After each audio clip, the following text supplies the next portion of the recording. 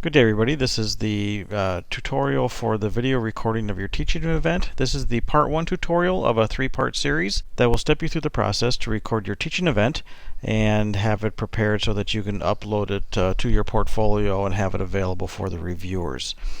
As we step through this, the first part of this process is the recording of the teaching event on the video camera. But let me say this up front. It is highly recommended that you not try to shoot this with an iPhone or a iPad because it's very difficult to get good quality audio on a mobile device like an iPhone or on an iPad. And so we really highly recommend that you use a traditional video camera if you can, and we'll kind of show you an example of that a little bit further into this process. There's follow-up tutorials here in part 2 and part 3 that will step you through the editing process. So if you have any extraneous material, you can trim that off.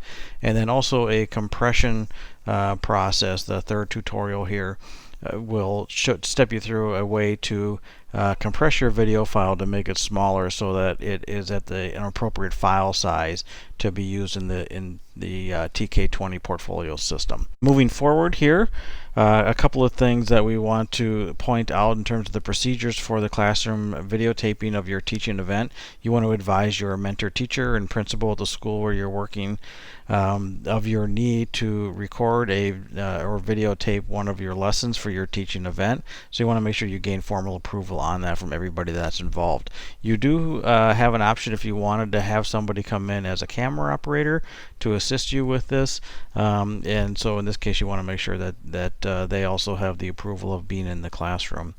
Before you record your video, you want to ensure that you have the appropriate permission from the parents and guardians of the students that are in your class. Your clip needs to be continuous and unedited. So I believe the requirements that you have is that you'll be recording one video clip up to 10 minutes of your teaching event. You want to make sure that there are not interruptions within the entirety of the 10-minute clip that you'll be presenting. If your requirements allow for 2 clips, the same is true, that the clips need to be unedited. There may be unrecorded events between the 2 10-minute clips that you record. However, the entirety of the clip needs to be unedited. Your clip should include interactions between you and your students and responses to the students and questions and needs that they might have. And again, this goes back to trying to do whatever is possible to improve the quality of the audio recording, because both you and your students need to be clearly heard for the evaluators.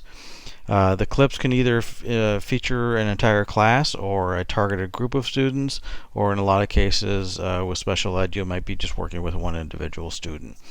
Both you and your students should be clearly visible and heard on the video recording, and so we'll try to give you a little bit of pointers on some strategies you can do to help improve that. You want to think about some of the environmental considerations that are in the classroom or the workspace and where you'll be doing your recording.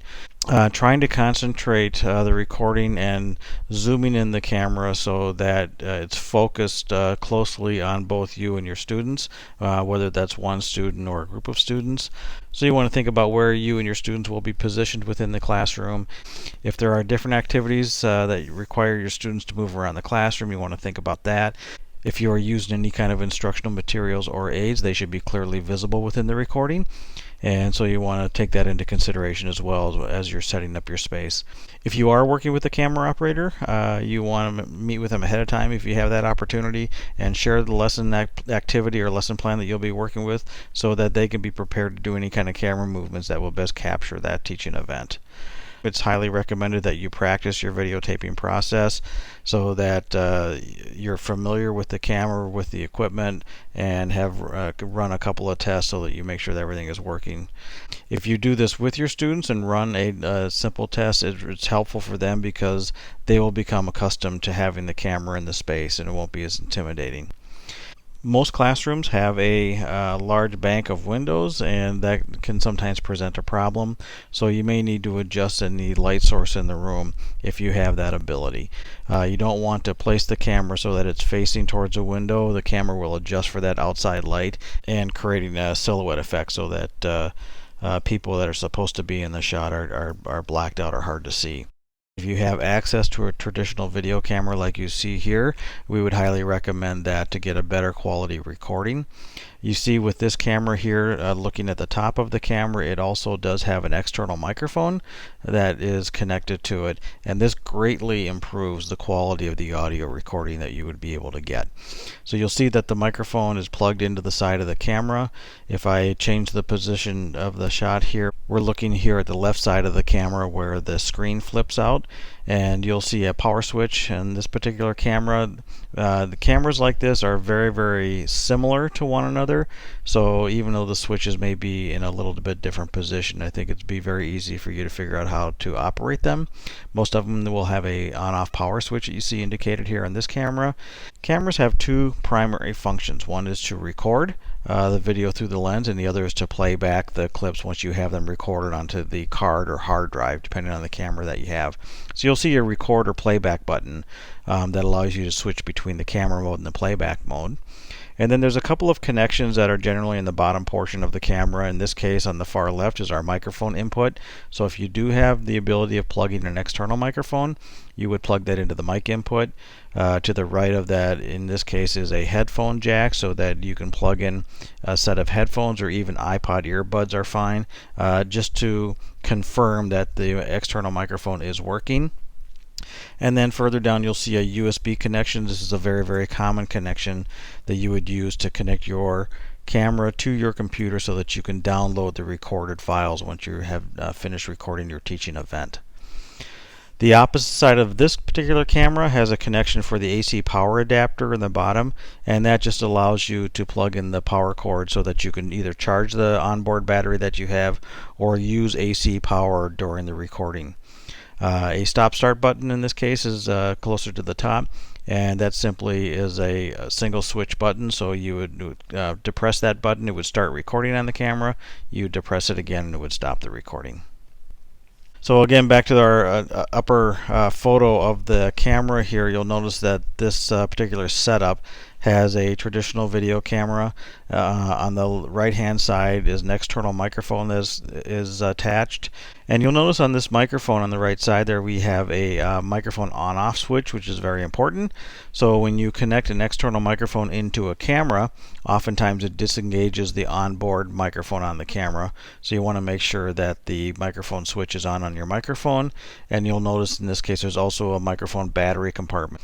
So again, if you do have the option of using an external microphone, it's highly recommended.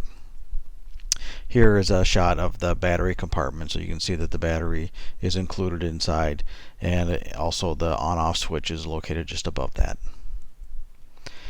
A traditional USB cable oftentimes comes with the camera packages, and this is what you would use to download your video file once the recording is complete from the camera down into the computer. Once you have downloaded your file, you can move on to the second tutorial in this series that will step you through the editing process if you have to trim off any extraneous material on your video clip. The second tutorial will take you through that. And then the final tutorial, number 3, will step you through the process of compressing your video file so that it is a small enough file size for TK20 portfolio system to accept. TK20 has a 100 megabyte file, which is not very large when you think about high definition video. So the compression process is very important, and that would be the third tutorial that you would do. And so with that, this tutorial is complete, and you can move on to the second tutorial for the editing process. Good luck.